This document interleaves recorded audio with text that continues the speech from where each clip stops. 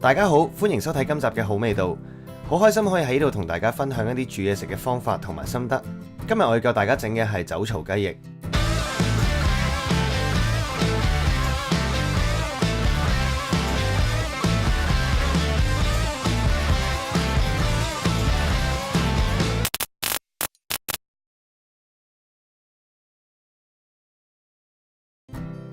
咁我哋而家首先講下啲食材，有雞翼、蒜頭同薑、蔥、酒槽、花雕、杞子、糖同埋胡椒粉。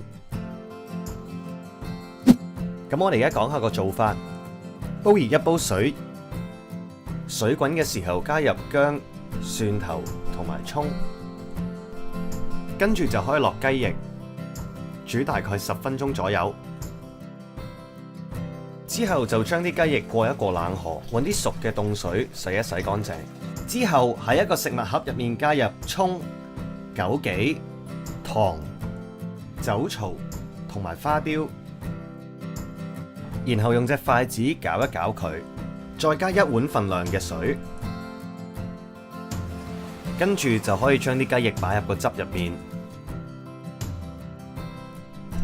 個汁要完全浸過啲雞翼，之後就可以放入雪櫃雪最少2至3個鐘頭，最好過夜，咁就完成噶啦。有咩問題嘅話就記得喺下面留言。咁我哋而家再講一講啲材料嘅份量啦，大家可以暫停咗個屏幕，或者撳翻下面條 link 去翻我哋個 website 度，呢個 QR code 咧都可以去到嘅。